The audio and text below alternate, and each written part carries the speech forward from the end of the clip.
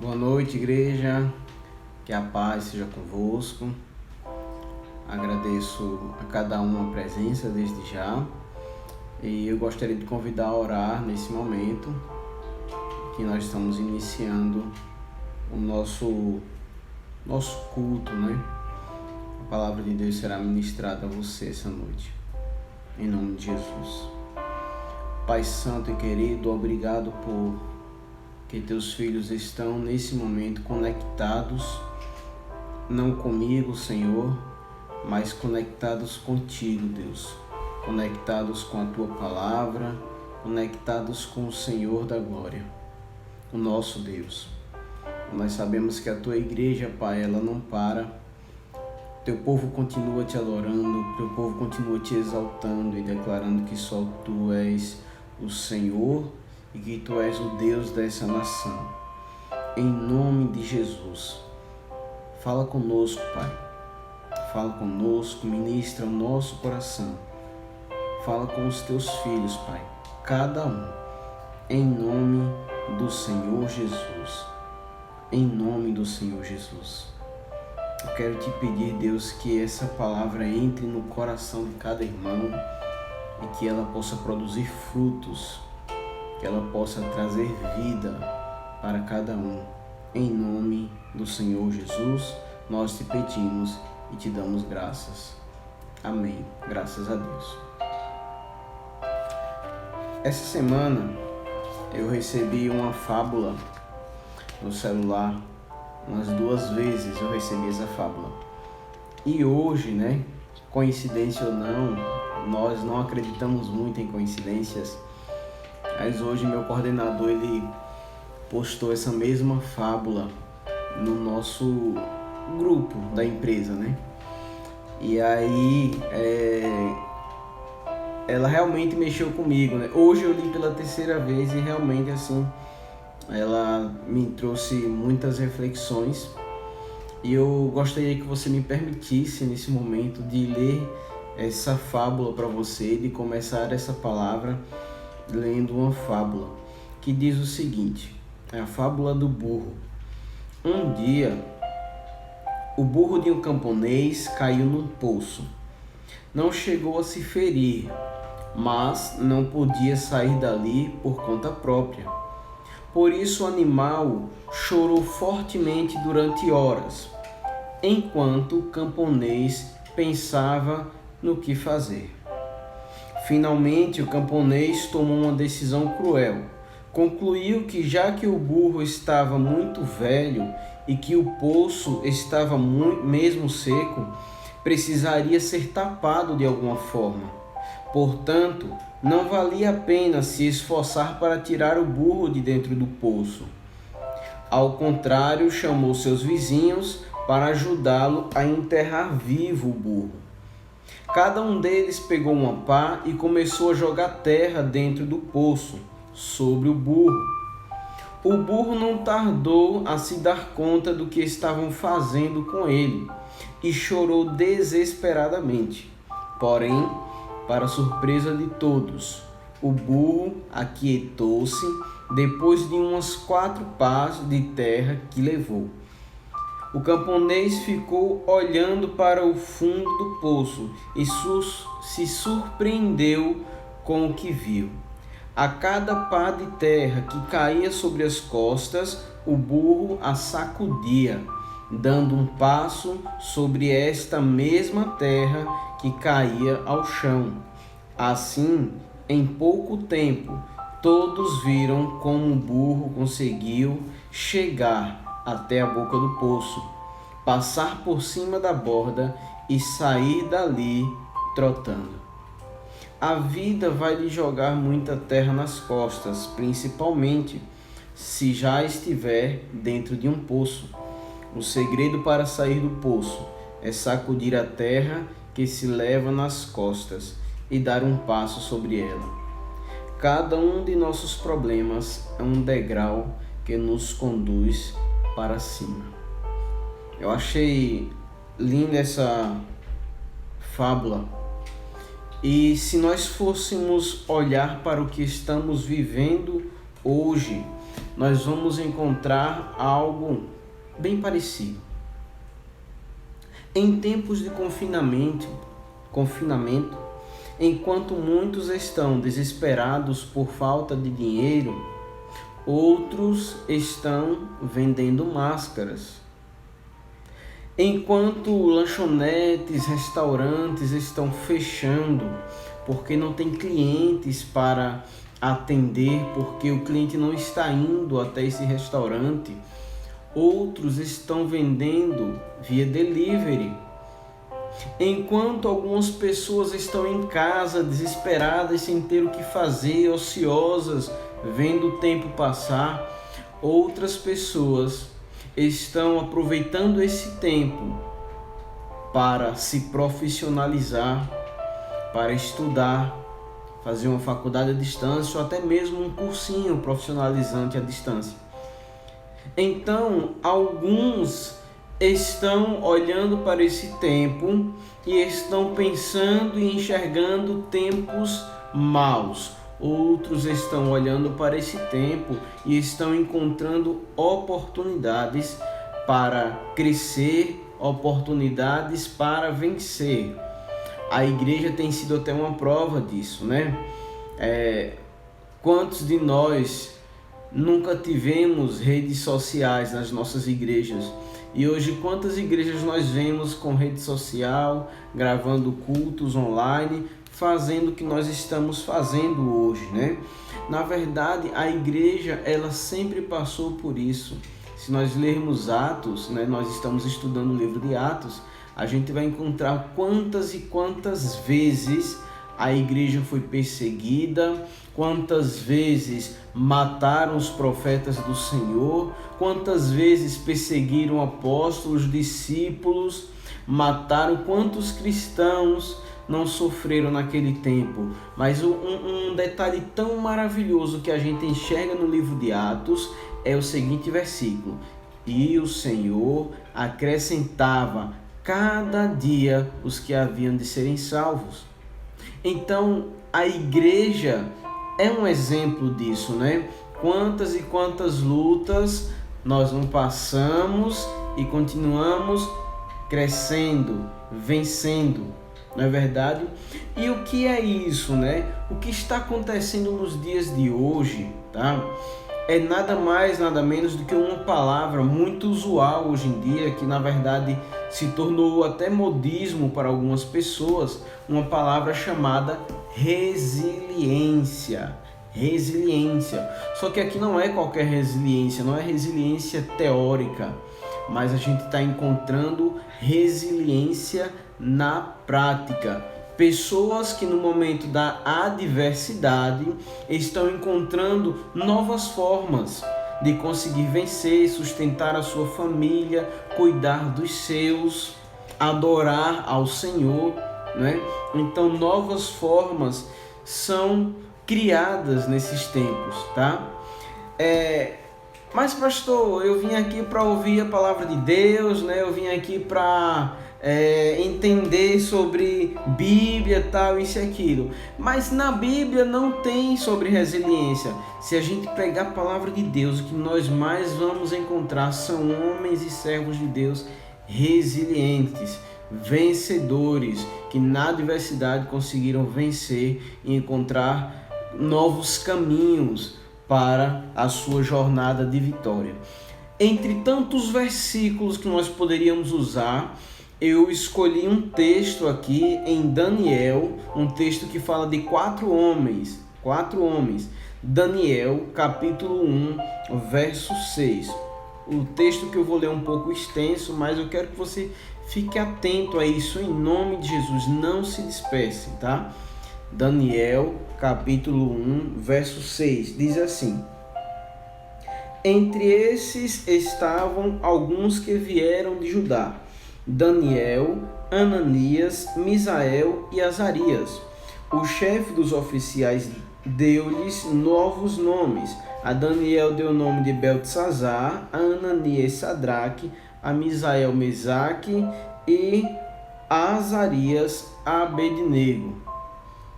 Daniel, contudo, decidiu não se tornar impuro com a comida e com o vinho do rei, e pediu ao chefe dos oficiais permissão para se abster deles.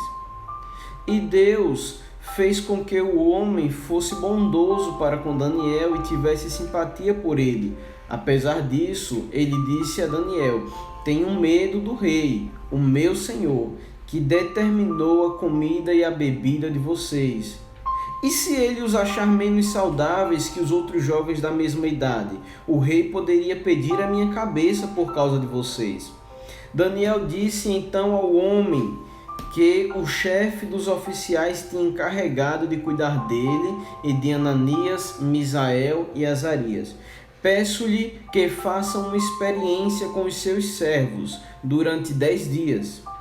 Não nos dê nada além de vegetais para comer e água para beber.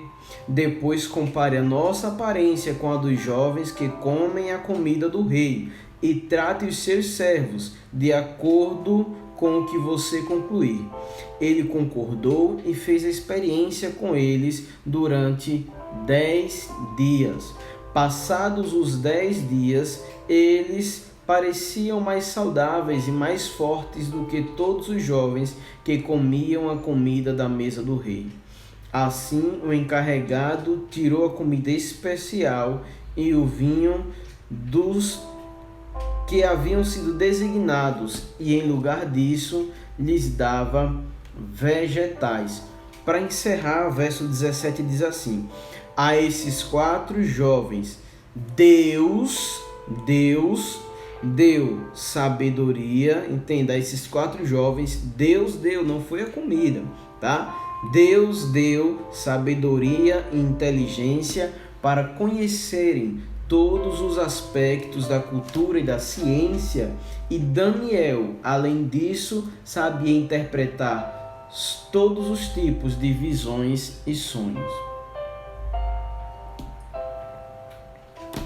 Deixa eu lhe dizer uma coisa: o que eu aprendo com a história de Daniel, Misael, Ananias e Azarias? Na adversidade, nós temos 2 opções. Na adversidade, nós temos apenas 2 opções: juntar-nos ao inimigo ou lutar contra ele. Lutar contra o inimigo pode ser difícil, pode acarretar sérias consequências na nossa vida terrena, no nosso dia a dia, né? Lutar contra o inimigo pode ser complicado, pode ser difícil,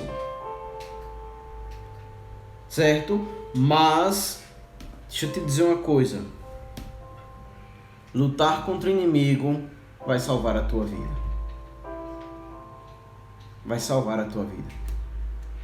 Sabe por quê, amados? Tem pessoas que na adversidade fica de braços cruzados e depois só reclama da vida. Só reclama da vida, com as dores que vem passando, com as dificuldades que vem passando.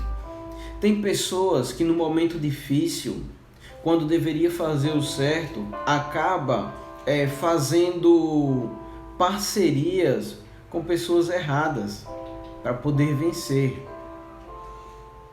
Tem pessoas que na adversidade, ao invés de de procurar uma maneira certa de fazer as coisas, procura os caminhos mais fáceis, procura os caminhos mais perigosos, e aí depois só sabe reclamar da vida. Só sabe dizer que Deus não ama, porque isso está acontecendo comigo, porque aquilo, porque tal e tal. Mas entenda, os manjares do rei, a comida do rei, tudo que era bom, saboroso, gostoso, o vinho do bom, tudo maravilhoso estava à disposição de todos eles. Mas esses 4 jovens, eles quiseram tomar a decisão certa. Porque embora a comida do rei fosse saborosa, bonita, boa aos olhos, era uma comida consagrada. Era uma comida que, antes de ser oferecida, antes de ser posta na mesa, ela era posta diante dos deuses. E aí esses 4 jovens, eles olham para aquilo e dizem, não, daqui eu não como. Eu não vou comer essa comida porque ela está consagrada. Me dá vegetais, me dá água e a gente vai comer isso. E eles comeram aquilo, eles ficaram bem. Ah, pastor, foi burrice, né? Deixar de comer aquilo e eles iam ficar fracos. Não, eles não iam. A gente sabe as propriedades que os vegetais têm pra gente. E a água tem pra gente. Não seria exatamente burrice. Não sei se você me entende, tá? Sabemos que é espiritual, que a palavra é espiritual, mas não seria exatamente burrice. Seria lógico também, né? Seria lógico. Então, eles estariam comendo uma comida saudável. Eles sabiam que iam ficar fortes, mas eles sabiam mais ainda que fazendo isso, eles contariam com a bênção de Deus, com a presença de Deus. E foi o que Deus fez. Não foi a comida que deixou eles mais inteligentes, mais reconhecedores da ciência, disso, daquilo, interpretando sonhos. Não foi a comida. Foi Deus que fez isso. Mas por que Deus fez isso na vida deles? Porque na adversidade, no momento em que eles estavam em cativeiro e que eles tinham a oportunidade de comer as coisas melhores do rei, sendo que eram consagradas, eles decidiram fazer a coisa certa. Não, nós somos servos de Deus, servos do Altíssimo e não vamos participar disso. Eu não quero participar dos manjares, eu não quero participar da mesa do rei. Eu quero comer outra comida e eu vou consagrar ao Senhor, eu vou apresentar ao Senhor e nós estaremos mais fortes, mais saudáveis. Me dê apenas 10 dias que você vai ver o que vai acontecer em nossa vida. E quão abençoados foram aqueles homens. No final desse capítulo você vai encontrar a palavra dizendo que aqueles homens se tornaram 10 vezes mais sábios que todos os magos e encantadores de todo o reino de Nabucodonosor. Não foi em vão, foi porque eles obedeceram a Deus, eles fizeram o certo. Eles ficaram de braços cruzados? Não. Eles caíram na tentação, eles caíram na facilidade do mundo? Não. Eles procuraram um meio de se manterem saudáveis e alimentados, e hidratados com água. Eles procuraram um meio de se manter. E esse procurar deles, como foi diferente, como foi bom, como foi agradável ao Senhor, Deus abençoou poderosamente a vida deles. Isso é o que nós chamamos de resiliência. Mas o que é resiliência na verdade, né? A resiliência é uma palavra que vem do latim e ela significa voltar ao estado normal. Como assim? A resiliência ela surge no campo da física, quando eles começaram a fazer alguns testes com alguns objetos, com algumas matérias, e esses corpos eles tinham a capacidade de voltar ao estado deles, retornar às suas propriedades originais, mesmo depois de terem sido submetidos a uma deformação elástica, tipo ser amassado, ser esticado, e depois eles retornavam ao normal. E aí eles fazendo esses testes, eles deram o nome de resiliência. Resilience. Só que não só isso, né? Se a gente for olhar para a nossa vida, o que seria resiliência? Voltar ao estado normal. É a gente levar as pancadas da vida, a gente receber muitas vezes coisas tão dolorosas e ter essa capacidade de se manter fisicamente, psicologicamente bem e encontrando novas formas de atuar para continuar de pé. Isso seria resiliência para nós. No crentez, ser resiliente é o vento balançar, o vento bater forte, você até balançar, mas não cair, você continuar de pé. Quantos de nós não somos resilientes? Você que está me assistindo nesse momento. Quantas vezes você não tem sido resiliente? Quantas vezes a tempestade não tem soprado na sua vida e você acha que vai cair, mas você se levanta, porque Deus está na sua vida? Amém, glória a Deus, aleluia. Realmente Deus está na sua vida. E porque Deus está na sua vida, muitas vezes Ele te faz encontrar novos motivos para viver. Ele te faz encontrar o real motivo para viver. Ele te faz encontrar novas formas de agir, novos comportamentos, novas atitudes, novas oportunidades à tua frente. Eu ouvia um bispo, né? Bispo, ele não é da Quadrangular, mas eu ouvia ele sempre falando uma coisa, que crente, ele nunca é demitido, crente é promovido. Porque quando a gente chega na adversidade, quando a gente, muitas vezes a porta de emprego se fecha, Deus abre uma maior, ou a gente encontra um meio de conseguir vencer, até mesmo por conta própria. Quantas pessoas nesse tempo não está se tornando empreendedor, gente? Quantas pessoas não estão descobrindo a sua criatividade? É Deus que nos dá essa capacidade. É Deus que faz isso conosco. Olha só, o sol nasce igual para todo mundo. A diferença é que tem gente que não quer pegar sol. Acorda um pouco, amado. Vai tomar um banho de sol. Vai olhar o dia. Vai olhar a vida. Vai ver as tuas oportunidades. Para de ficar apenas reclamando, resmungando, dizendo que não vai conseguir, e porque o justo prospera e eu não prospero, e porque acontece isso com fulano, com ciclano, beltrano, e comigo não acontece. Para com isso, em nome de Jesus. Procura uma nova forma de vencer. Procura o teu caminho, ele está à tua frente. A questão aqui é o seguinte, é decidir o que você vai fazer com a terra que vão jogar sobre as suas costas. Você vai ser enterrado? Ou você vai sacudir o pó, subir sobre ele e fazer ele de degrau? Isso é ser resiliente. Isso é vencer. E Deus, ele te dá essa capacidade. Deus, ele te instrui, ele te ensina. Podemos até dizer, amados, que as provações que nós passamos, algumas das provações que nós passamos, essa terra que às vezes é jogada sobre nós, é exatamente uma provocação para sairmos da nossa zona de conforto. Por que não algumas vezes até dizer que um ato de Deus para sairmos da nossa zona de conforto? Ah, pastor, como assim? Isso quer dizer que Deus gosta de me ver sofrendo? Não, Deus não gosta de te ver sofrendo, mas Deus também não gosta de te ver em uma vida que é o tempo todo do mesmo jeito, inerte, não sai do lugar. Uma vida medíocre. Deus não quer ver isso.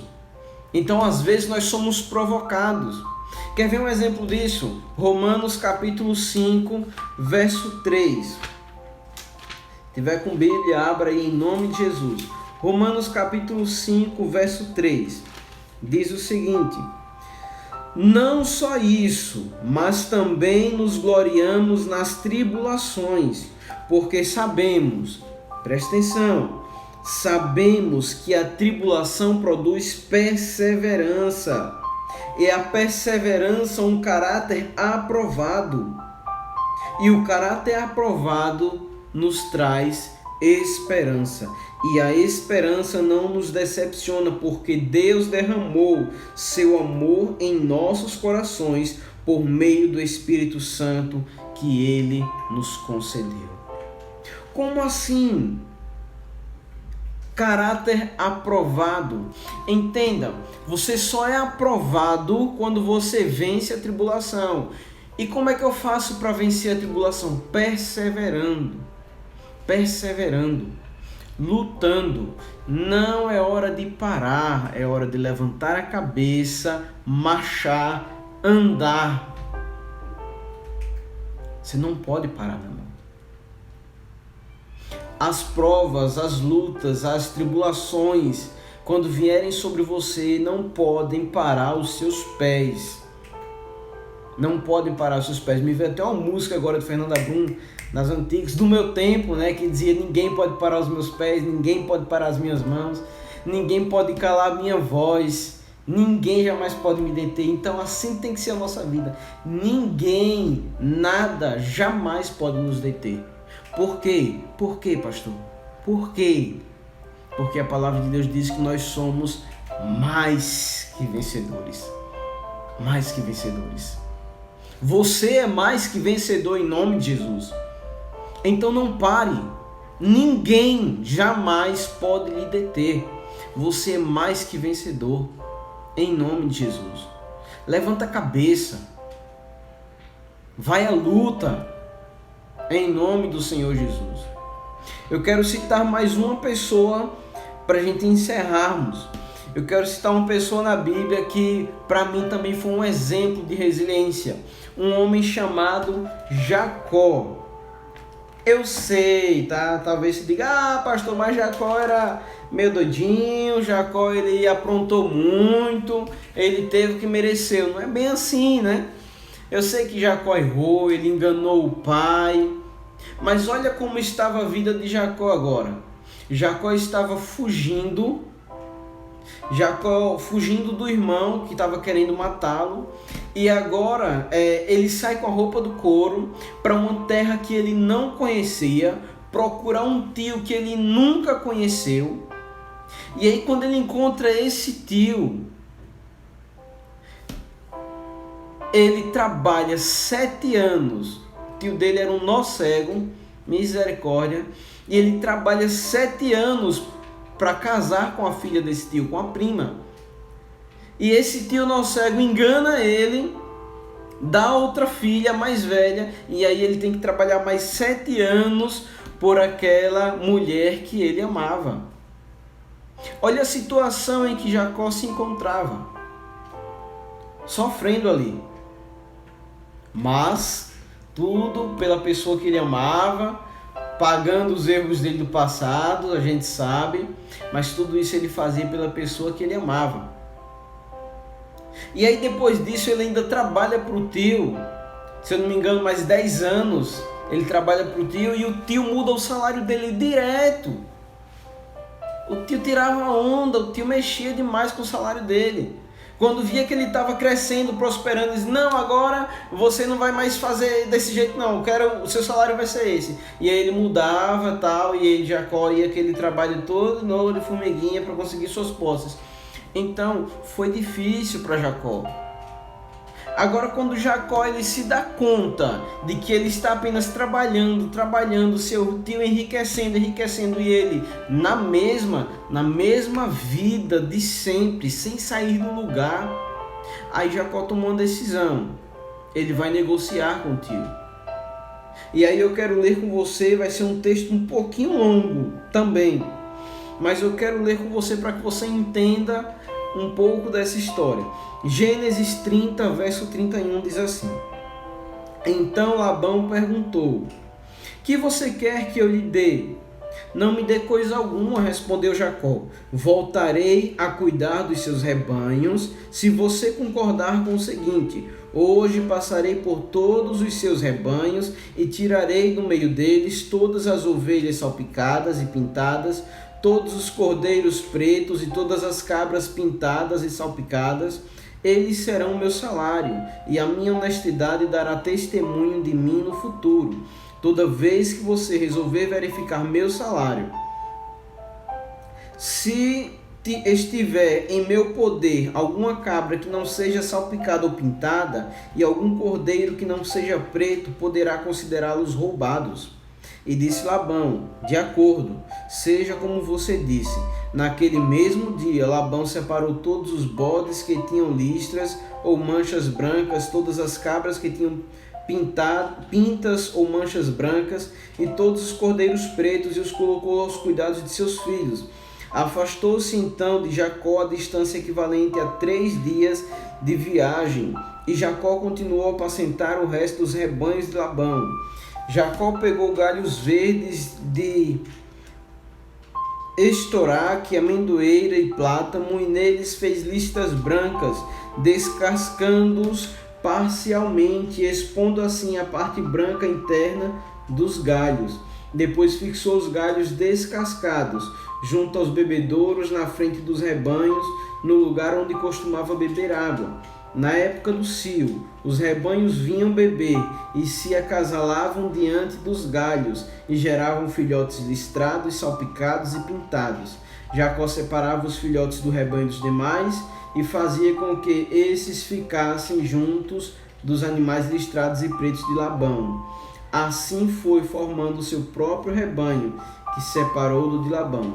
Toda vez que as fêmeas mais fortes, olha só, toda vez que as fêmeas mais fortes estavam no cio, Jacó colocava os galhos nos bebedouros em frente dos animais, para que se acasalassem perto dos galhos. Mas se os animais eram fracos, não os colocava ali. Desse modo, os animais fracos ficavam para Labão e os mais fortes para Jacó. Assim o homem ficou extremamente rico, tornando-se dono de grandes rebanhos de servos, servas, camelos e jumentos.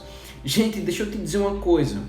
Jacó estava fazendo exatamente a mesma coisa. Ele continuava apacentando ovelhas de Labão, um pouco distante dos rebanhos de Labão, mas ele continuava apacentando as ovelhas de Labão. Ele tinha um salário lá. As que fossem listradas, tal, era dele. Ele tinha esse salário, mas ele continuava apacentando as ovelhas de Labão. Agora, o que ele fez de diferente para ser resiliente, né? Já que estamos falando sobre isso, o que ele fez de diferente? Agora ele pegou as plantinhas lá, os galhos verdes, ele cortou, deixou a parte de dentro, mostrando um pouco para as ovelhas e tal. Se isso funciona ou não funciona, não sei. O que eu sei é que deu certo, Deus estava no negócio, abençoando, e ele teve uma estratégia. Toda vez que os animais fortes iam, ele colocava os galhos na frente do bebedouro, para que ao olhar aquilo ali, eles acasalassem e tivessem os filhos malhadinhos fortes, né? Mas quando eram os fraquinhos, ele não colocava os galhos. Não sou pastor, não sei se realmente isso funciona. Também confesso que não pesquisei tanto assim esse tema, mas eu quero que você preste atenção nisso, que ele fez diferente. Ele continuou apacentando, continuou cuidando das ovelhas, mas ele agora tinha uma estratégia para fazer o seu rebanho crescer, e ele enriqueceu de forma maravilhosa, muito mais que o seu sogro. E eu quero que você entenda o seguinte: ser resiliente nem sempre é fazer algo novo, nem sempre é começar do zero, começar outro caminho, não. Ser resiliente muitas vezes é continuar fazendo o que você está fazendo de uma forma diferente. Procurar um novo meio para isso. Procurar vencer. Nós que trabalhamos com vendas nesse tempo, o pessoal está trabalhando por telefone. Hoje eu não estou mais com venda direta, mas eu vou dizer uma coisa: vender pessoalmente e vender por telefone não é a mesma coisa. As metas continuam altas, tal, tudo vai acontecendo, não é a mesma coisa. O que eu posso dizer? Colegas realmente têm sido resilientes, vencedores, têm encontrado um meio, uma estratégia de conseguir manter os seus clientes, conquistar novos clientes e continuar com as suas vendas acontecendo e atingindo suas metas. Eu vejo isso claramente em algumas pessoas, porque eu acompanho os números, eu analiso números, e às vezes você diz: poxa, o que é que fulano está fazendo para conseguir isso? O que é que fulano está fazendo que eu não estou fazendo? O que é que tem de diferente? Essa é a questão. Essa é a questão. Em um tempo que todo mundo se confinou, em um tempo que todo mundo começou a vender por telefone, em um tempo que todo mundo teve que conquistar novos clientes, porque a carteira de cliente aumenta agora, mas tiveram que vender e atingir metas, fazer algo diferente. Deixa eu te dizer uma coisa, meu irmão, talvez você precise olhar um pouco diferente para o que você está fazendo, para conseguir conquistar mais. De repente você pode subir numa cadeira e olhar a sala por outro ângulo, enxergar as coisas de outro jeito. Uma coisa é você olhar para o horizonte, né? Quando você está no chão, outra coisa é você estar em um lugar elevado e fixar naquele mesmo ponto. Você já não olha tão horizontal, é diagonal, é uma outra visão. Você vai enxergar outras coisas. Se analise. Veja o que precisa ser mudado. Na tua vida cristã, ela precisa passar por autoanálise. Eu quero crescer com Deus. Eu quero crescer espiritualmente. Eu quero fazer a obra de Deus. Eu quero crescer ministerialmente. O que eu preciso para chegar lá? Se analise. Se analise. Comece a fazer a diferença na tua igreja. Vocês, minhas amadas ovelhas que estão comigo, comecem a fazer as coisas diferentes em nome de Jesus. Tem um ditado muito usado que diz que quem é visto é lembrado. Quem é visto é lembrado. Não fica esperando apenas o pastor pegar no teu braço e dizer: vem para cá fazer isso. Não fica esperando apenas isso. Mas faz algo, se mostra. Não seja amostrado, mas se mostra em nome de Jesus. O amostrado é aquele que faz só para aparecer. Mas se você quer crescer ministerialmente, que esteja dedicado, se dedique na palavra, participe de escola bíblica, participe de grupos missionários, participa do diaconato, faz alguma coisa. Ah, pastor, escolhe todo mundo, pastor, olha para todo mundo e nunca me vê aqui. Claro, você não está fazendo nada. Você está de braços cruzados. Desencruza os braços. Vai trabalhar, vai à obra, vai à luta. Você que está em casa nesse momento, em nome de Jesus, faz alguma coisa. Você pode fazer algo. Às vezes nós temos tantos dons e talentos guardados ali, arquivados, quando nós poderíamos fazer uso deles. Quando nós poderíamos fazer uso deles. De repente você sabe fazer um artesanato, uma comida boa, algo diferente. Vai fazer alguma coisa, meu amado. Mas para de ficar chorando miséria. Chorar miséria não é coisa de servo de Deus. Olha a merreca que eu recebi. Que merreca. Teu salário é bênção em nome de Jesus. Tudo que você recebe é bênção em nome de Jesus. Não pensa desse jeito. Você é servo de Deus, pensa grande. Porque o teu Deus é grande. Em nome de Jesus. Existem oportunidades na sua frente. Abra seus olhos e enxergue cada oportunidade. Olha para a tua família em nome de Jesus. E veja o que é que precisa ser feito para melhorar. Nos teus relacionamentos com os teus familiares, filhos, esposa, esposo. O que precisa ser melhorado. Comece a enxergar isso. Não fica apenas dizendo que a tua família é uma desgraça, que é isso, que é aquilo. Não. Mas seja bênção na tua casa, em nome de Jesus. Olha para os teus. Se você pode fazer algo, eu sei que você vai encontrar uma maneira. Ora, fala com Deus, Deus vai te despertar isso. Faça algo. Mas não aceite que terras sejam jogadas sobre você e que você seja enterrado. Mas em nome de Jesus, sacode o pó, sobe nele e faz dele degrau para a sua vida. Porque você vai vencer. Na verdade, você já é mais que vencedor em Cristo Jesus. Então é só levantar a cabeça, amado, e correr para o abraço, porque é Deus que está no negócio. Em nome de Jesus. Eu creio assim. E eu acredito que essa palavra que veio para a sua vida hoje é para que você possa recebê-la em nome de Jesus. É para que você possa erguer a cabeça e que você não pare de andar, mas que você possa ir à luta em nome de Jesus, porque você é mais que vencedor. Vamos orar e dar graças a Deus por esta palavra. Meu Deus, nós te damos graças, Senhor, por falar com o teu povo, por ministrar o nosso coração. Graças te damos porque nós sabemos, ó Deus, que as adversidades vêm, sempre virão em nossas vidas, sempre vão acontecer, Pai, mas o Senhor, Ele tem nos fortalecido, o Senhor, Ele tem nos alimentado, o Senhor, Ele tem nos dado oportunidades, ó Pai, o Senhor tem aberto portas na nossa frente.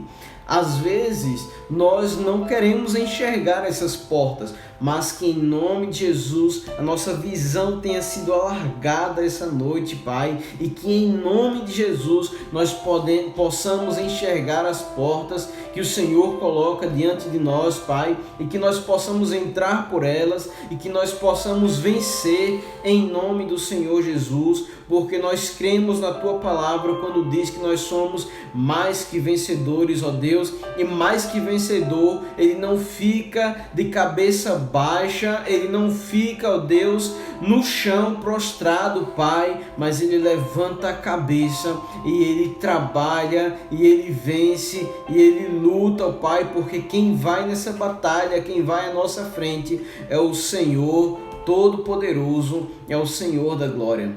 Pai Santo e querido, nós te damos graças porque nós sabemos que nessa caminhada tão difícil da nossa vida, em nenhum momento o Senhor nos deixou sozinhos.